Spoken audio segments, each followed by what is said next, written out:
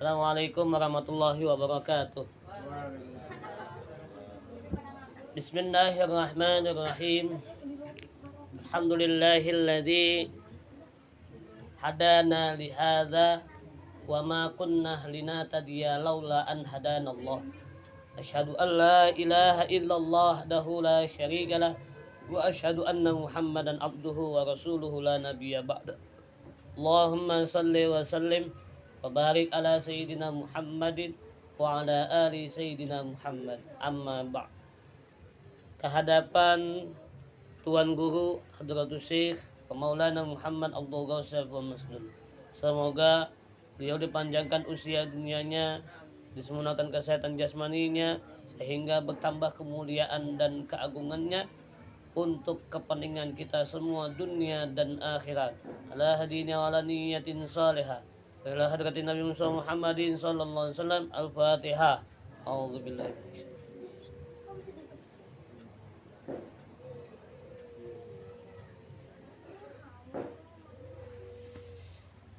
Ucapan terima kasih setinggi suryalaya, sedalam sirna rasa, seluas jagat aras kepada keluarga dari Padi Tarisun, keluarga besar dari Padi Tarisun. Semoga senantiasa Allah Subhanahu wa taala berkahi semuanya, segalanya dan selamanya. Al-Fatihah. A'udzubillahi.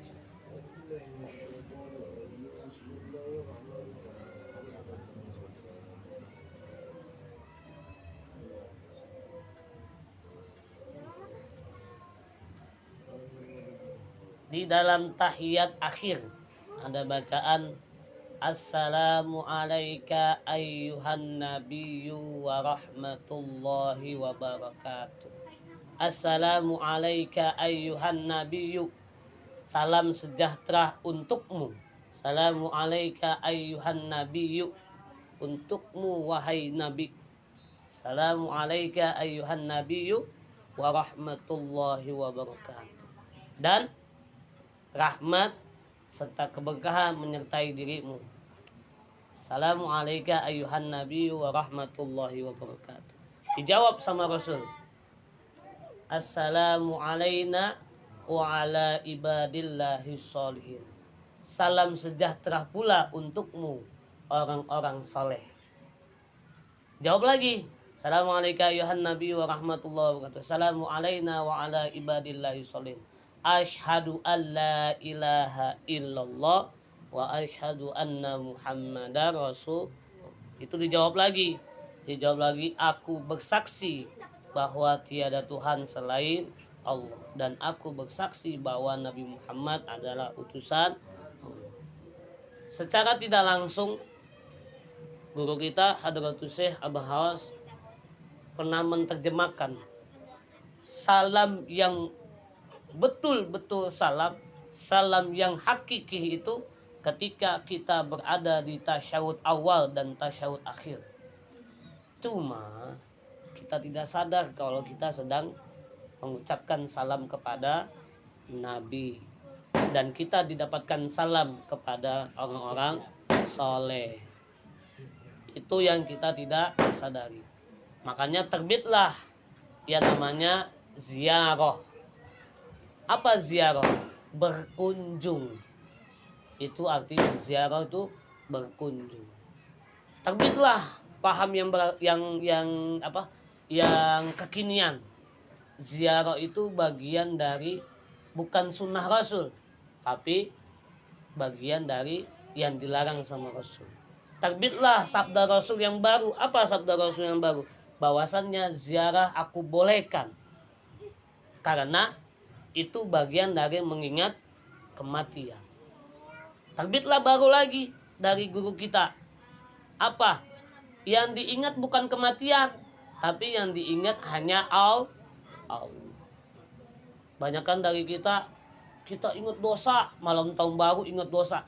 Sebenarnya yang Abah ajarkan itu bukan ingat dosa, bukan ingat pahala, tapi ingat Allah. Bagaimana caranya supaya kita bisa ingat Allah? Dengan takir.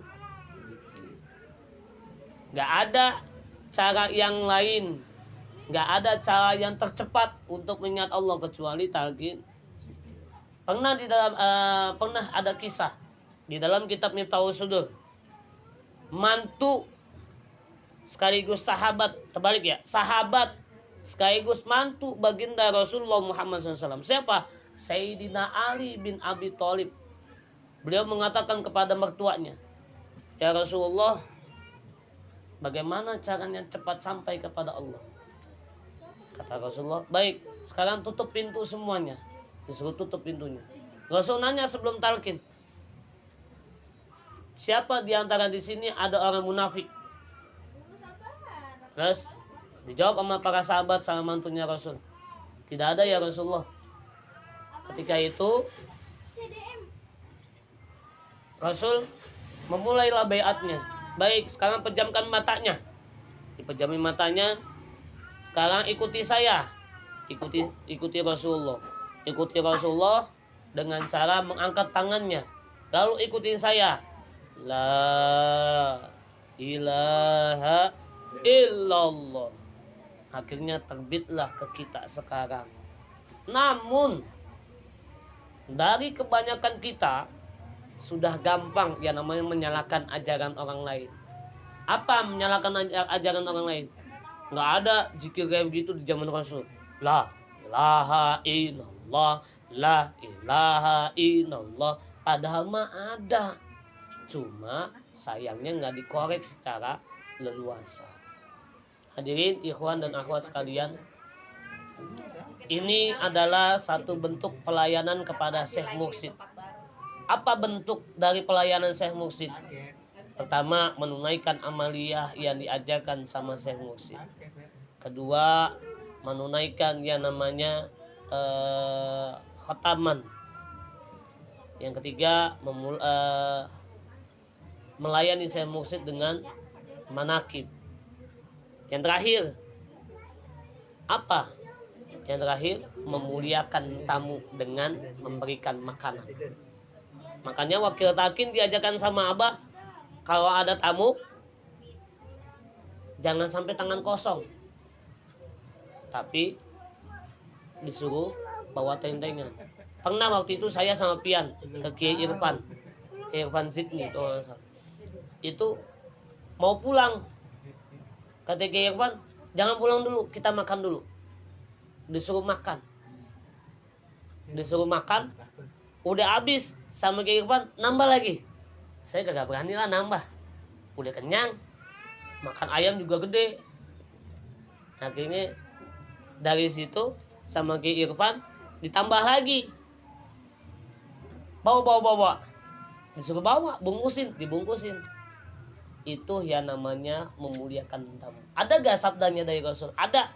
Barang siapa yang mengaku dirinya beriman kepadaku, kata Rasul, kepadaku dan kepada Allah, maka dia wajib melakukan dua hal, memuliakan tetangga dan memuliakan tamu. Artinya tidak bisa disebut beriman kepada Rasul dan kepada Allah kalau dia tidak bisa memuliakan tetangga dan memuliakan tamu. Kenapa begitu pentingnya dianggap tidak beriman sama Rasul kalau tidak bisa memuliakan tetangga sama tamu? Karena tetangga adalah orang pertama kali yang menolong kita. Saudara bisa gak nolong kita? Enggak, karena dia jauh. Makanya Rasul ngajarin kalau lagi masak jangan kecium baunya doang, kasihan. Kalau bisa mah suruh cicipin, barang sebiji dua biji mah gitu. Iya, sebiji dua biji mah bahasanya, sepotong dua potong. Terus kenapa dibilang nggak bisa? Kenapa dibilang tidak beriman? Karena tidak memuliakan tamu. Tamu itu bagian dari rezeki yang Allah kasih. Apa rezeki yang Allah kasih? Kita menyediakan tamu, mau sedikit mau banyak persediaannya, itu nanti bakal jadi rezeki buat kita. Rezeki itu bukan berupa uang doang, tapi kesehatan, panjang umur. Kata Rasul, kalau orang yang pengen dipanjangkan umurnya, apa coba? sambung silaturahim. Ini silaturahim, menyambung silaturahim. Datangnya tamu itu sama dengan menyambung silaturahim. Dan sering-sering, kata Abah, sering-sering ikhwan dan akhwat itu ketemu. Biar apa? Biar sambungannya, kita membicarakan Abah aja nih, begini, membicarakan Abah, kita itu sudah mendapatkan cucuran rahmat. Kenapa? Karena yang dibicarakan adalah orang soleh. Orang yang membicarakan orang soleh sama aja dia membicarakan pewaris para nabi. Siapa? Ulama. Ketika sudah membicarakan ulama, berarti dia sedang membicarakan kisah nabi dan kisah rasul. Maka dari itu, manakiban ini itu dimasukkan oleh Abah. Manakiban ini dalam rangka merayakan 9 kemenangan. Salah satunya di bawah itu memperingati Maulid dan Maulud Nabi Muhammad sallallahu alaihi wasallam. Berarti jelas manakib itu isinya di dalamnya, selain yang kita baca tadi urutannya, di dalamnya pun ada peringatan Maulid Nabi Muhammad sallallahu alaihi wasallam. Hadirin ikhwan dan akhwat sekalian, besok adalah harinya Abah Anom, tanggalnya Abah Anom. Tadi kita telah menunaikan kewajiban kita sebagai ikhwan, haulnya Abah Anom di tanggal 1 Januari. Kalau kita sudah membiasakan seperti itu, haul-haulnya ahli silsilah, insyaallah kita akan terus ditempel sama ahli silsilah. Seperti kayak tadi yang saya ceritakan, itu memang jadi kenyataan secara sadar. Saya menyaksikan ketika lagi sholat asar, ketika sudah amaliyah dan saya tawajuh asar bersama istri, itu sudah datang di sini pengarsa Abah bersama ahli silsilah. Naik mobil, mobilnya bukan mobil murahan, dan mobilnya bukan mobil boleh beli, boleh dari Allah. Dan sampai detik hari ini pun saya yang ikut manakib di sini bersyukur, karena setiap manakib di sini pasti disambut langsung. Disambutnya bukan sama orang yang kelihatan, yang tidak kelihatan. Mungkin ini salah satu dari hadiah dari pengarsa Abah buat orang ada di sini, karena tidak lepas dengan amaliyah malamnya. Semoga kita dibisakan oleh pengarsa Abah untuk bisa menunaikan amaliyah baik sunnah maupun wajib. Wajibnya apa? Selain sholat, wajibnya itu manakib. Nggak usah ngundang orang banyak, cukup kita aja itu sudah mengundang banyak ahlu silsilah. Untuk apa? Untuk ketenangan keluarga, kebahagiaan diri sendiri. Semoga Allah Subhanahu wa taala berkahi kita semuanya, segalanya selamanya. Al-Fatihah.